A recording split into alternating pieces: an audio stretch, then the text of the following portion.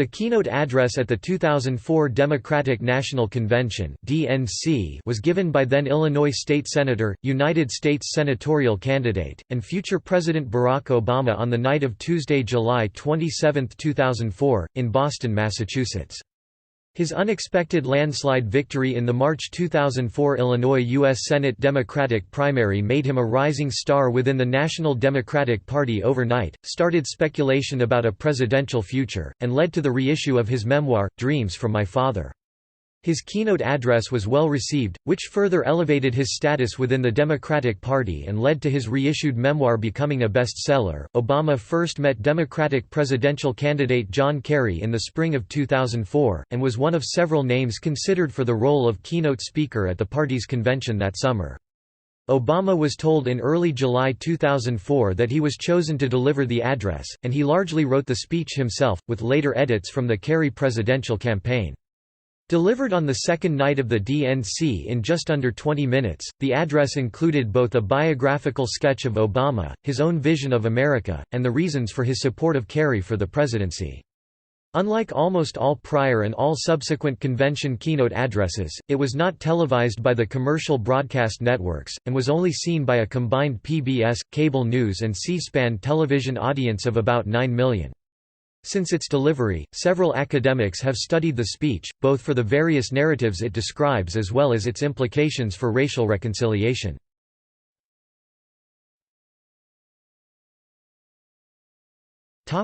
Background. In 1996, Obama was first elected to the Illinois Senate by that state's 13th district, and he would go on to hold that seat for 8 years. While still a sitting state senator, he entered the 2004 Illinois Senate race, which would end on the same day as the 2004 presidential election.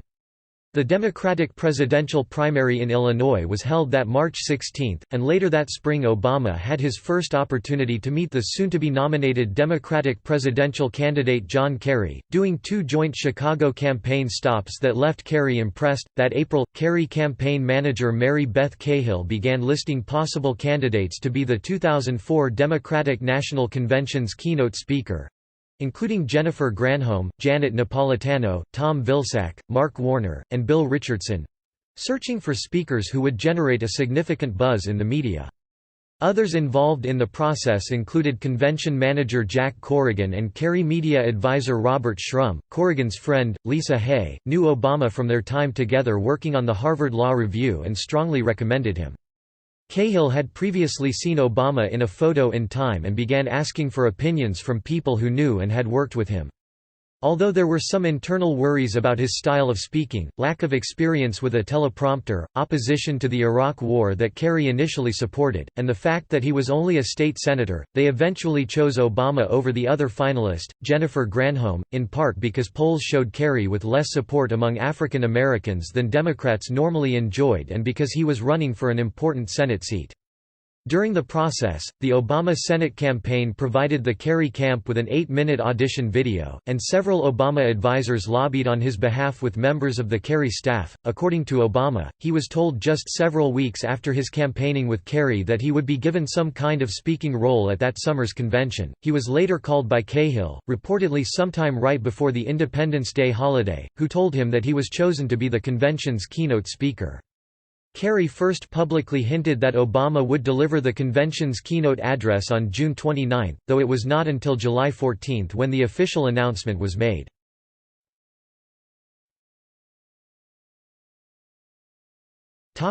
Writing.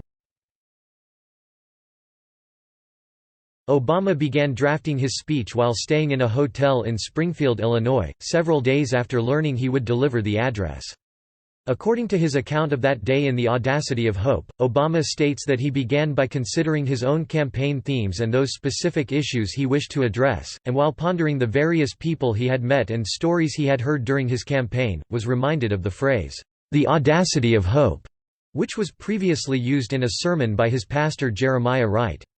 The title of Wright's sermon was, "The Audacity to Hope," but Obama recalled it as, "The Audacity of Hope," which became the title for his conference address, and later the title of his second book. This seemingly minor change turned Wright's verb into Obama's noun.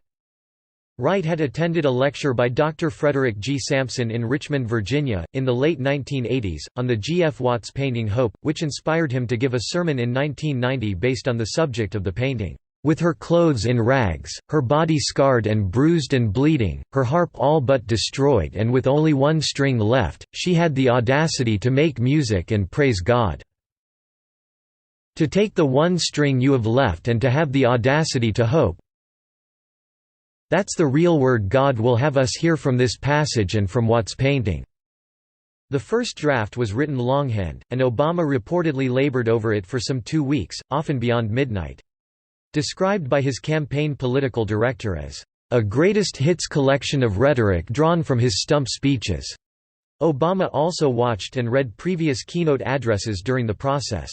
Originally given 8 minutes to speak, Obama's completed address ran 25 minutes, leading to 2 more weeks of edits with advisors that brought it down to 17 minutes. The final draft was sent to a Democratic speechwriting team at the Fleet Center on roughly July 20, at which time some biographical material was removed so as to include more on the presidential ticket. One report indicated that roughly 3/4 was reported to have been left intact after the Kerry campaign's edits, while another indicated that very little had been changed. After delivering it, Obama acknowledged that his and Kerry's staffs had reviewed the speech for length, noting, however, that he was proud to have written it himself along with most of his other speeches.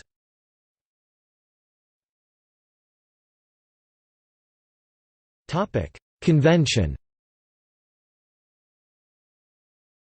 The 2004 Democratic National Convention (DNC), held at the Fleet Center, now the TD Garden in Boston, Massachusetts, began on July 26, with Obama scheduled to address the delegates the following evening. The Obama campaign was unhappy with the time slot and hoped to change it, as that night would not be covered by the major networks. Obama arrived in Boston at 1:30 a.m. Eastern Daylight Saving Time Sunday the 25th on a chartered Hawker jet, delayed in Illinois because of a hold-up on the state budget. The aircraft was provided for him because that same morning Obama made his first appearance on Meet the Press, hosted by Tim Russert. During the interview, Obama touched upon what he hoped to achieve in the speech. "What I'd like to do is talk about the vision the Democratic Party has for this country.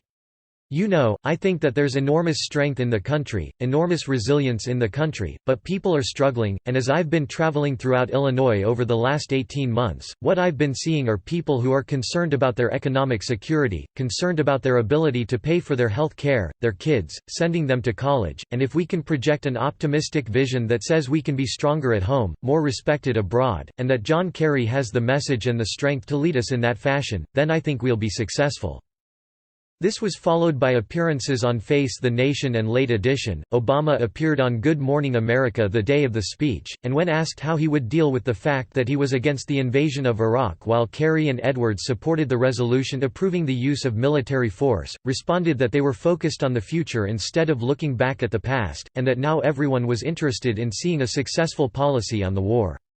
Obama also stated the advice his wife Michelle had given him for the night's address, "Don't screw it up."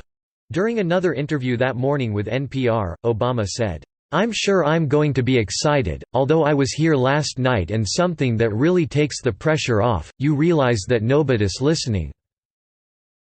So, you know, who knows what lines I could slip in there. No one would notice. So as long as I'm smiling and waving, I think I'll be okay."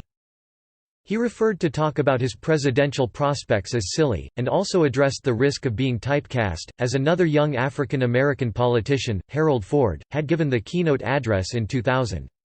That afternoon he was at Boston Harbor where he gave a speech on environmental policy to a small crowd. According to Martin Nesbitt, a close friend of Obama, the two were walking together the afternoon before the speech, and when Nesbitt likened him to a rock star because of the crowd growing behind them, Obama replied, "Yeah, if you think it's bad today, wait until tomorrow. My speech is pretty good."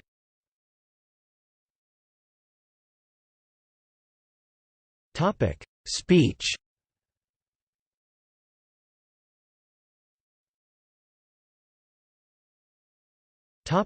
Preparation. Obama was scheduled to give his keynote address on the night of Tuesday, July 27. Some Obama advisers were concerned prior to his delivery, because it amounted to the first time he used a teleprompter. He would have 3 one-hour practice sessions in what were normally the Fleet Center locker rooms of the Boston Bruins and the Boston Celtics, reportedly having difficulty with the teleprompter while also learning various techniques in speaking to a live and TV audience. Once while Obama was backstage rehearsing his speech, he met Kerry staffer and speechwriter Jon Favreau, later to become Obama's speechwriter, who instructed him that to avoid overlap with Kerry, a sentence had to be changed.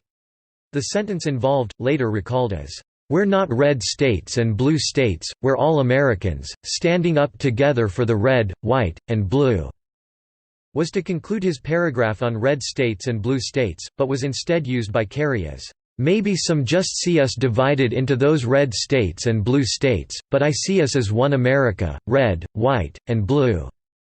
It is unclear whether or not this already existed in Kerry's speech, but regardless, its removal left Obama incensed.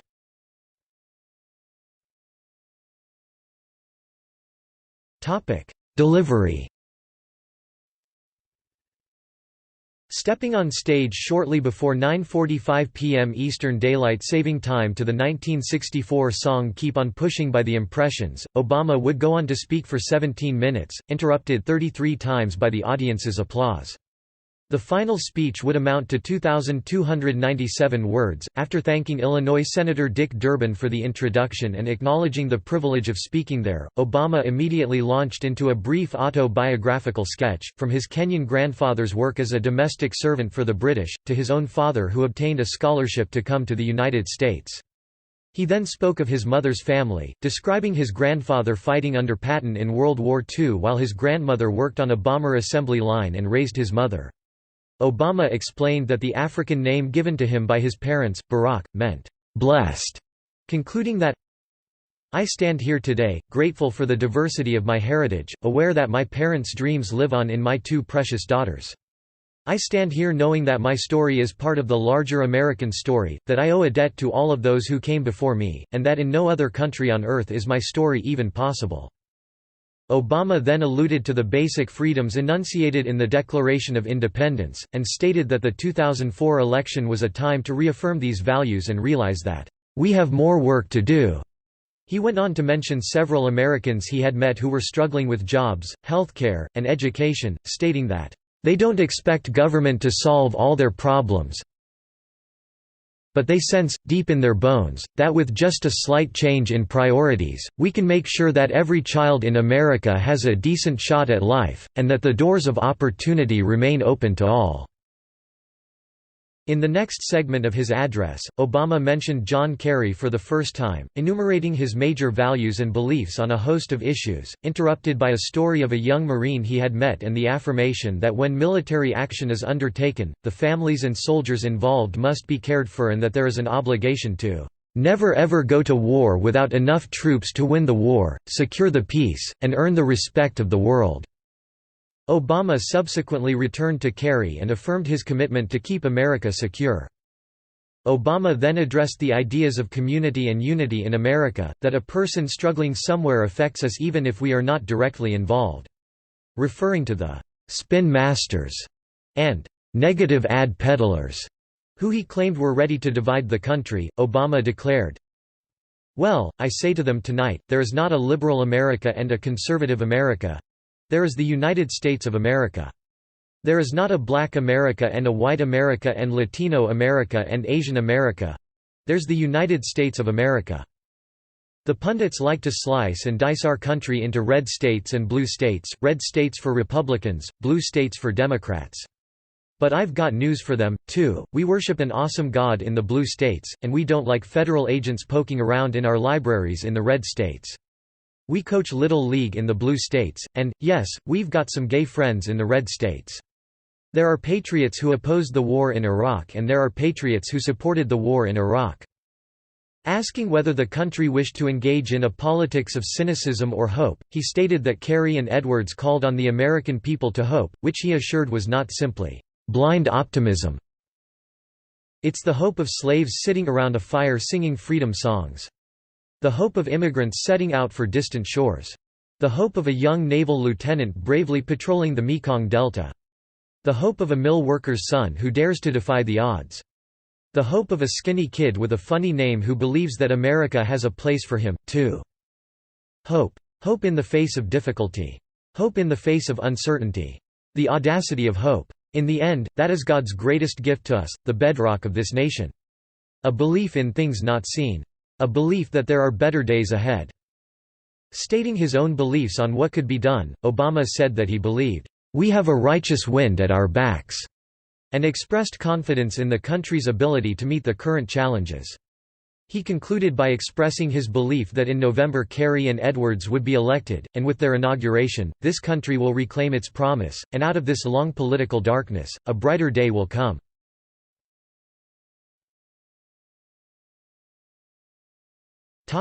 Reception.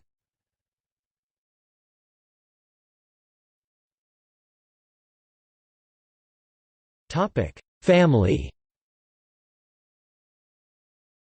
After the speech, Obama and his wife were interviewed by Brian Williams, and when asked about what she thought, Michelle replied, "And all I have to say is, honey, you didn't screw it up, so good job."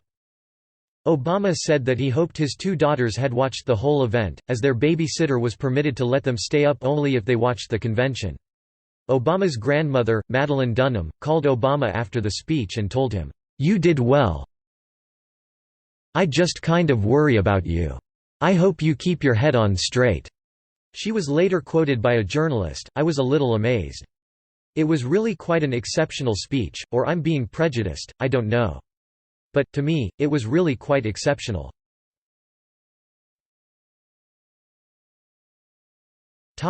News media and pundits.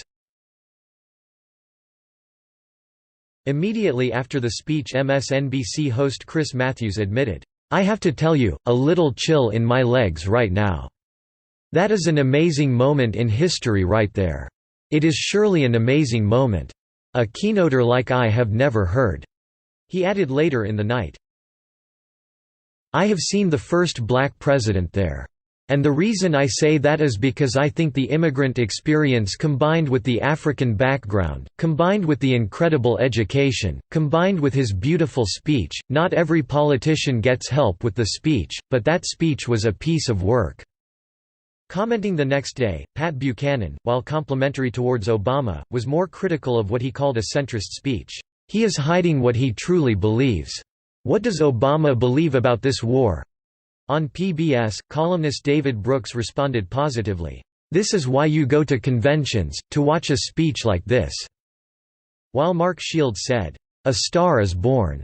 Former Jimmy Carter speechwriter Hendrik Hertzberg considered it slightly better than Mario Cuomo's 1984 keynote address, stating, "If he wrote that speech, then he should be president, because it's such a great speech. If he didn't, he should be president because he found such a great speechwriter." Martin Medhurst, a professor of rhetoric and communications at Baylor University, disagreed about it being better than Cuomo's, even if it was an exceptional performance.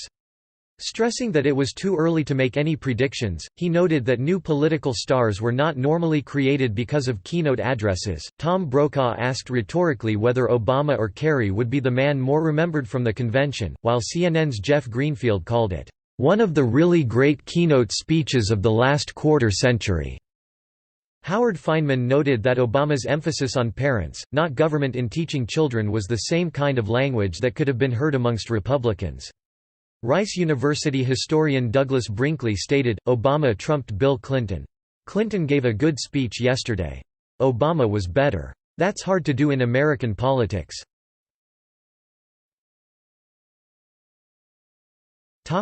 Newspapers. The day after the speech, a Chicago Tribune editorial declared Obama, "the phenom." The Washington Times acknowledged that it would likely disagree with Obama's policies, but compared with John Edwards' speech, "His sentiments had a freshness and a realness that Mr. Edwards lacked." A reporter for Britain's The Independent declared that the mantle of who was most likely to be the first black president had passed from Colin Powell to Obama, though another was left unimpressed, finding the speech, "disappointingly free of original thought." Kenya's The Nation also covered the speech, and noted his use of biography, particularly his Kenyan heritage. A columnist for Christian Science Monitor acknowledged that many aspects of his speech were typical of political speeches, but that Obama had managed to make it appear as though they were something new and exciting. Speaking of the broadcast networks that had not covered the address, the column said, they missed the national debut of what could be one of the most exciting and important voices in American politics in the next half-century.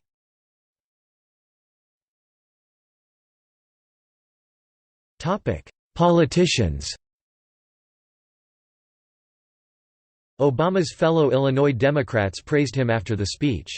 Illinois Speaker of the House Michael Madigan reacted by saying, "He is a star.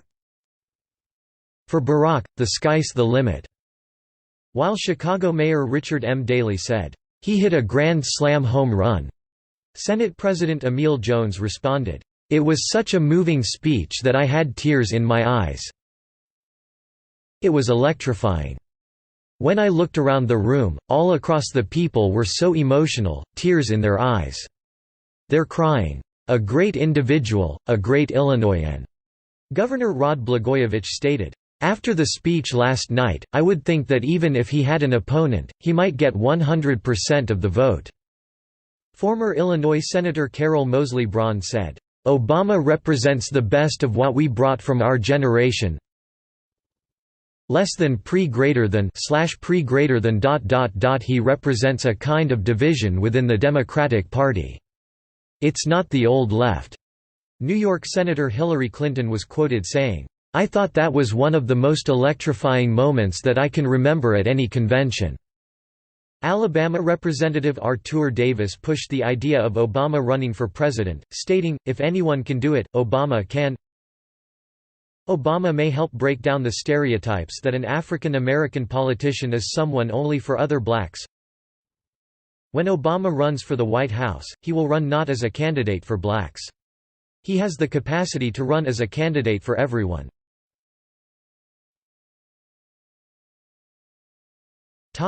Academics.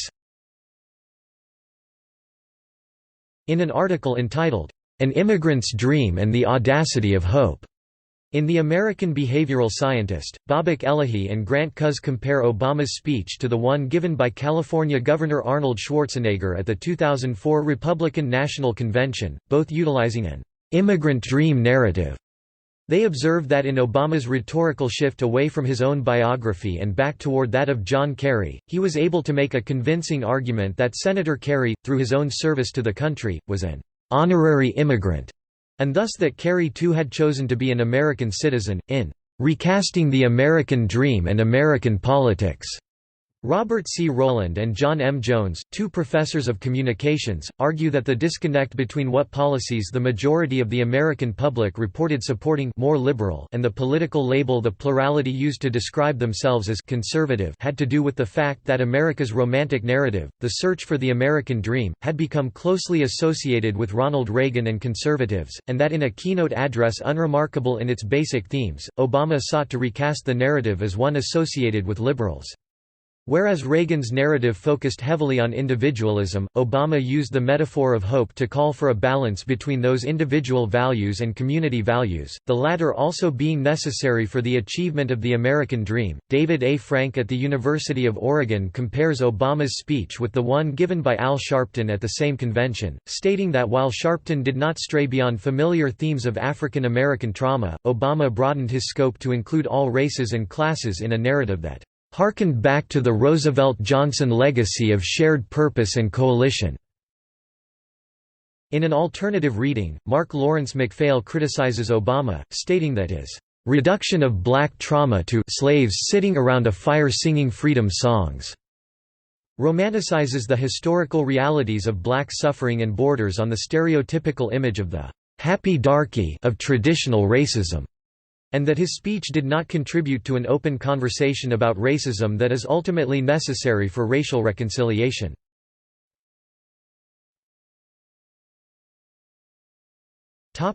Strategies. In an article entitled An Analysis of Barack Obama's Speech Keynote Address at the 2004 Democratic National Convention in Language in India, Sophia Dilder Alvi and Abdul Basir observe Obama's application of Aristotle's rhetorical modes of persuasion, ethos, pathos, and logos. In his speech, Ethos, Obama provides a brief background on his family's very long, fair and honest struggle. This increases his credibility to the audience at the beginning of the speech, establishing himself as a proponent of hard work and honesty. Pathos – Obama appeals to the audience's emotions through imagery. He creates mental pictures of a child on the south side of Chicago who can't read and a senior citizen, having to choose between medicine and the rent. These carefully constructed images evoke emotion in the audience. Logos – Obama pairs logical, appealing statements with John Kerry. For example, when Obama says John Kerry believes in energy independence, some health care, hard work, he supports the claim that Kerry shares values with the audience.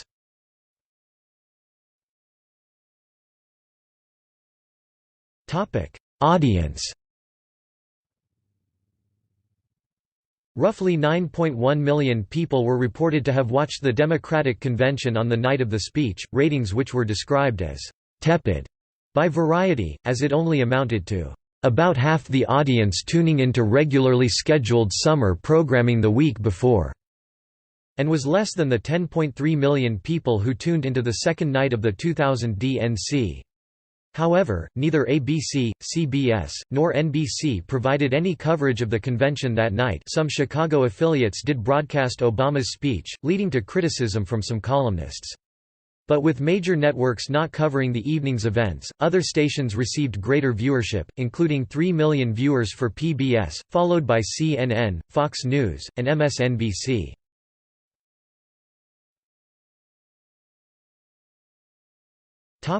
Aftermath. That night Fox News reported that people had been taking the Obama signs from the convention floor as keepsakes, whereas many signs for Teresa Heinz Kerry were still on the floor. In an interview with Jet, Obama acknowledged that the speech had exceeded people's expectations and that he felt encouraged by the fact that many people appeared to respond to the themes of common values and working together. When asked about all the presidential speculation, Obama responded, "I just need to win the Senate right now." After easily defeating Alan Keyes to win his Senate seat and being sworn into office on January 4, 2005, Obama wrote The Audacity of Hope, which was released in October 2006.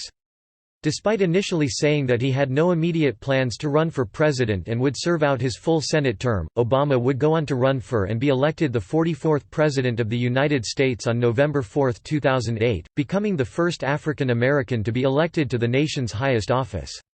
On November 6, 2012, Obama was re-elected to a second term as President of the United States, defeating former Massachusetts Governor Mitt Romney.